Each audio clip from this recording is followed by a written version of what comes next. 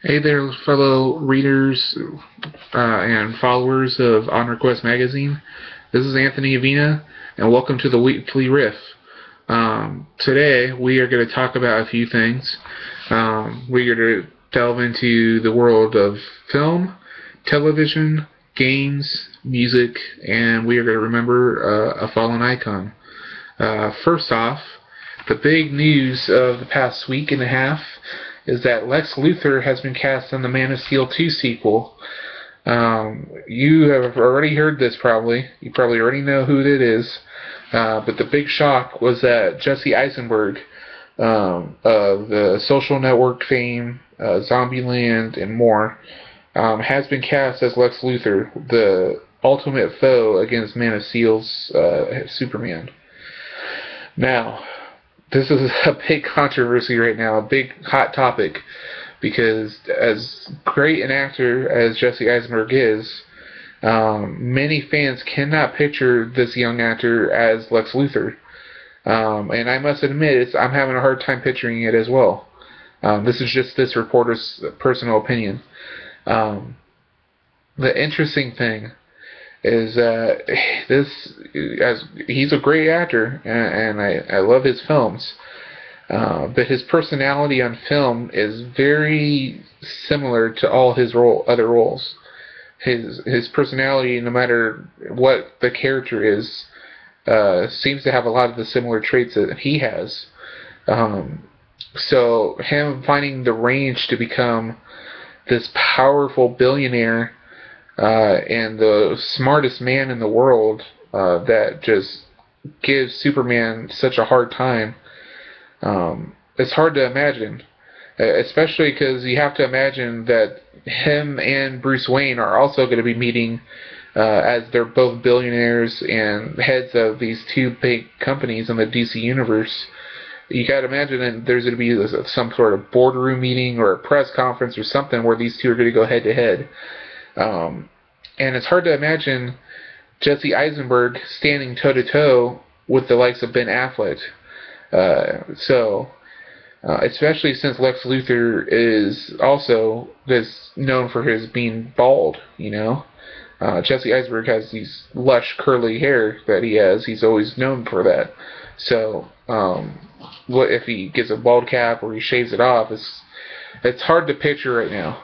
I think the big thing on my mind is I want to hold out hope that Zack Snyder and Warner Brothers knows what they're doing, that they saw something in Jesse Eisenberg that none of us can see yet. The reason I say this is because not a lot of people thought Heath Ledger was going to be the amazing Joker performance that we all saw. I remember back then, before the movie came out, no one thought Heath Ledger was going to be good in this movie. Of course, Heath Ledger had more range in his films before, but the thing is, sometimes people will surprise you. So, I'm holding out hope that either something is going to change with the casting, which is doubtful, or Jesse Eisenberg is just going to blow everyone's minds and just become Lex Luthor to a point where we can't imagine anyone else. Again, right now, I can't imagine him as Lex Luthor, but I'm holding out hope that a trailer or a picture or behind the scenes something is going to come out in the months ahead to show that, to kind of alleviate some of our fears of Jesse Eisenberg as Lex Luthor. The good casting I was happy to see was that legendary actor Jeremy Irons is going to be playing Alfred, Bruce Wayne's butler, Batman's confidant, and kind of like the father figure to Ben Affleck. Ben Affleck's Bruce Wayne, I should say. So that's going to be really cool. I know in his personal life he's got some troubled personality traits, but as an actor, Jeremy Irons is just phenomenal, and so I can't wait to see his portrayal as Alfred. So that's the big movie casting news of the week. So also, let's get into television. Now, we have a few shows I want to touch down on. I'm not going to get into too much detail because if I go into too much detail, this is going to become a podcast instead of a weekly roundup. So, here are the shows I want to talk about. Arrow. Arrow is just getting so much better every single week. I've always loved this show. This show is one of my favorite shows of all time right now. And just they keep upping the ante every week. Let me just the big news from last week's episode, and spoiler alert. So if you do not want to know what happened on Arrow, do not listen any further. Stop right now. Skip ahead a minute because I won't talk about it the whole time. Just skip ahead a minute. All right. All right. So the big reveal is that. An attempt to get Roy to calm down and channel his newfound powers into something good to save Starling City from another earthquake from Bronze Tiger and his the guys who hired him. Oliver revealed his identity to Roy, that he is the Arrow and that Oliver Queen is Arrow, pretty much. So Roy is now in the know of who Oliver really is, and he is a part of Team Arrow. Whether that's going to end up being a good thing or a bad thing is yet to be seen. Alright, that was last week's big reveal. Tonight's episode, Ra's al Ghul's daughter, Nisa al Ghul, I believe her name is going to be coming for Sarah Lance to bring her back to the League of Shadows, the League of Assassins, I mean. So tonight's going to be a very action-packed episode. I'm desperate to see if, one, my theory about Summer Glau's character, I can't remember her name right now, but Summer Glau on Arrow, I have a theory that she is really Talia al Ghul in disguise. But that's just a theory. I could be wrong for sure. But she not only has the right look and everything, but her character is shrouded in mystery. And it would not surprise me if she was sent to Starling City to start the whole cleansing process that the League of Assassins is known for, starting with taking Oliver's company away, and of course that failed. But that's one thing I'm looking forward to, and the other thing is I want to see if Ra's al Ghul makes an appearance this season. If he doesn't, I can't wait for the third season, but I'm desperate to see if Ra's al Ghul makes an appearance. And so far, Sarah Lance is still the Black Canary. In the comics, everyone knows that Laurel ends up becoming the Black Canary. So, what's going to happen to make that happen? Laurel is kind of in a downward spiral with drugs and alcohol, painkiller addiction. She's lost her job. She's just a hot mess, is what the kids would say. So we'll see what happens with that. Now on to Supernatural. Tension is brewing between the brothers right now. On Supernatural, Dean has the mark of Cain. He found Cain of Cain and Abel from the Bible, who ended up being revealed to be one of the first demons ever made by Lucifer. The mark of Cain gives Dean the ability to harness this weapon that can kill the ancient demons, which is what Abaddon is.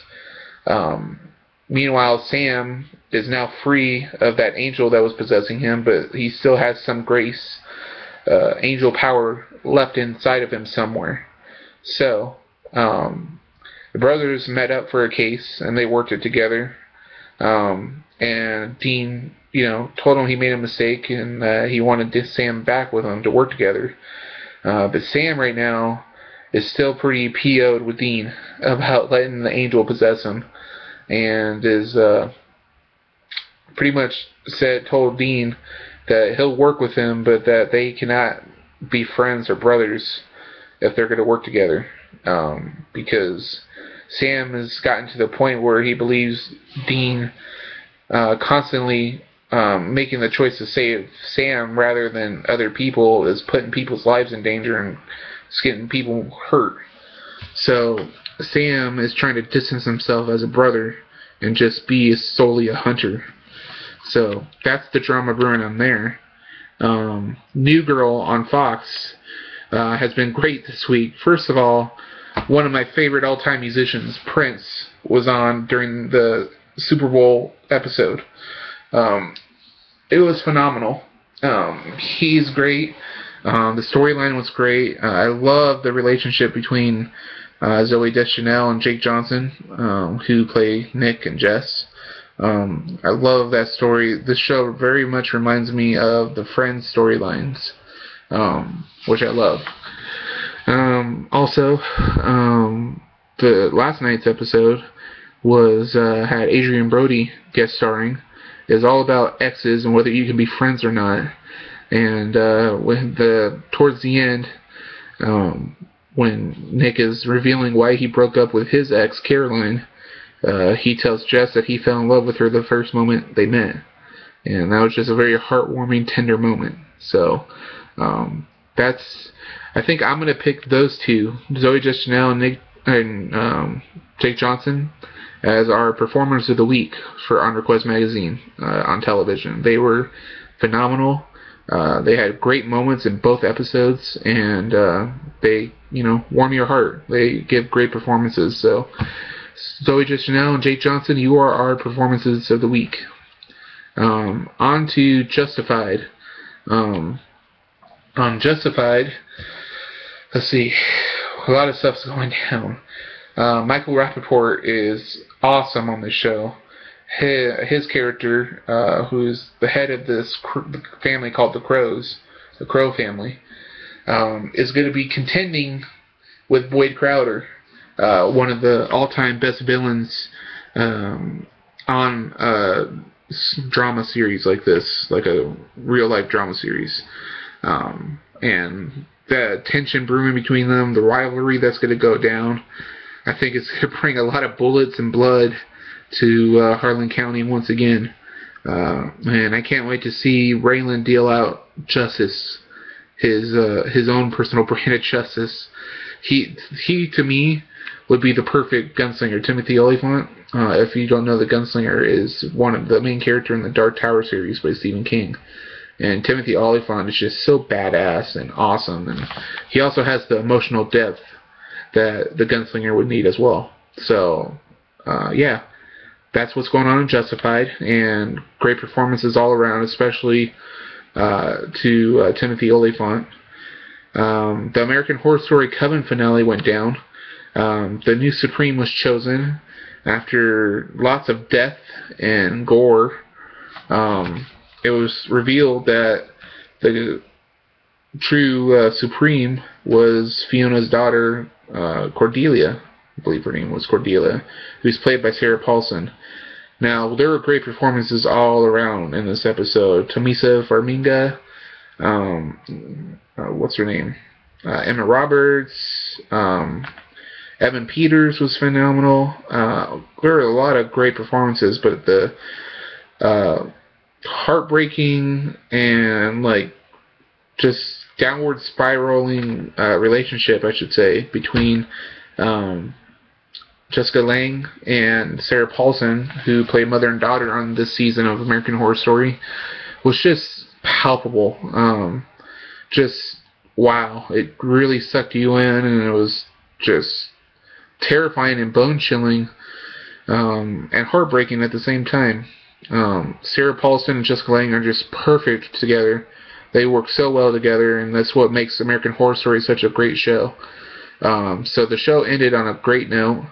It really dove into the heaven and hell aspect, what makes a person good. Are you automatically going to go to hell just for being a witch, or are you doomed to go to hell for your actions? That's what the true question was. And special shout out to Lance Reddick, I believe his name is. He was on Fringe. He played Agent Broyles. He was this voodoo priest dude. He was kind of like an in-between between the voodoo deities and the real world. And he was just creepy, and as creepy as he can be. I can't remember his name, Papa something. It was actually a character based on an actual historical figure. It was a great performance all around, and I love that show, and I can't wait for season 4 to see what kind of horror they're going to unleash next. Next season will probably be Jessica Lange's final season, and she is not only gorgeous still to this day, but she is a phenomenal actress. I'm going to be really sad to see her retire. But yeah, finally, House of Lies Showtime show. House of Lies has just been getting better every week. Don Cheadle, of course, is still amazing as Marty Khan. You can't go wrong with him. But the interesting storyline that I'm excited about is Kristen Bell's storyline. She has just taken the reins as a powerful woman this season.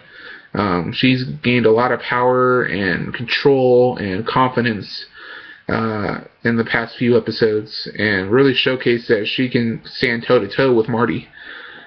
Even though there's still that spark between them, she is full-on about getting her career going, and what Marty Khan described it best, she's now Shark Genie. She's the pack master. So her and Marty Khan are phenomenal together. Kristen Bell is another great performer of the week. Now on to the gaming section. The big news this week. You can check out our Nintendo Roundup, by the way, also on our website. We post Nintendo videos and Nintendo news on there, so you can check that out. But the one I want to talk about today is actually an Xbox reveal, and that is that BioShock Infinite's third piece of DLC, the second episode of the Burial at Sea DLC, is going to be coming out March 25th.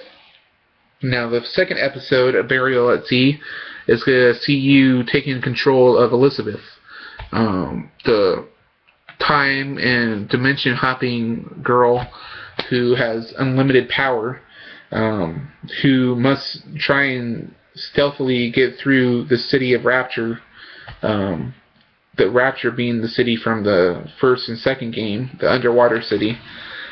She must navigate through there and save this girl using her powers and everything. And it's going to be really interesting because in the BioShock Infinite universe, you've always controlled Booker. But of course, this second piece of the episode, the third piece of DLC, is supposed to wrap up the storyline of BioShock Infinite for sure. So you're to see Booker being the one who speaks to your playable character instead of Elizabeth. You're going to control Elizabeth. I think that's a really interesting aspect. And I'm excited to see characters from both BioShock Infinite and the original BioShock show up. One of the all-time greatest games for me is the first BioShock, and the story between Andrew Ryan, the power-hungry billionaire who runs Rapture, and Fontaine, the kind of underground leader of the Resistance, but he also equally as evil and just power-hungry as well. That's one of my favorite storylines in games. So I'm excited to see that play out in this last piece of DLC for BioShock Infinite. And I'm excited to see how the storylines play out, to see how the BioShock Infinite and BioShock universes kind of collide and wrap up a story. So that's the gaming news. I wanted to do a quick band spotlight on a band in the high desert known as The Rare. They are a rock group, obviously. They have released an album. I don't know if I think it's an EP or an album, a couple months ago, and it's phenomenal. One of my favorite songs on the album is Vegas Valentine. They're a hard rock group, and I just wanted to give them a shout out and a spotlight for music because they're phenomenal and they earned it, and you guys should definitely go check them out. I'll try and put a link somewhere down below. And that's it for the news. Before we go, I wanted to take this time to remember a fallen icon. Last Sunday, right before the Super Bowl, it was reported that Philip Seymour Hoffman, a phenomenal actor, died in his apartment in New York. The results of the autopsy have been inconclusive, and they have to run more tests. But 50 bags of what has become known as heroin were found in his apartment. He was found with a needle in his arm, and it appears to be some sort of drug-related some drug-related death. Arrests have been made of drug dealers in the case, but taking aside the criminal aspect of it all and the cause of death, it's just sad overall to lose an icon like that. He was a great actor, and it's sad to see that his struggles and his problems overcame him. So, just our thoughts and prayers go out to his family and friends, and to the community as a whole. Everyone just say a prayer for his family and his friends and the community. It's very sad news, and yeah, we remember him, and he will always be remembered. He was a phenomenal actor, and sad to see him go so early in life. So, anyways, that is it for us with On Request Magazine. That was the Weekly Riff, episode 7. I hope you guys enjoyed that. Question of the day, or question of the week, I should say, since this is a weekly show. What do you think of the Lex Luthor casting? Leave your comments down below. Tell me who you would have picked, or if you like the choice, and what you hope to see with Jesse Eisenberg as Lex Luthor. Alright? Leave those comments down below. I'm going to get going. I will see you guys next week for another episode of the Weekly Riff. Alright? This is Anthony Avina with On Request Magazine. Please check out the website and the links down below. And we'll see you next week, alright? And we'll see you at the magazine. Alright, this is Anthony Avina. Peace out, guys.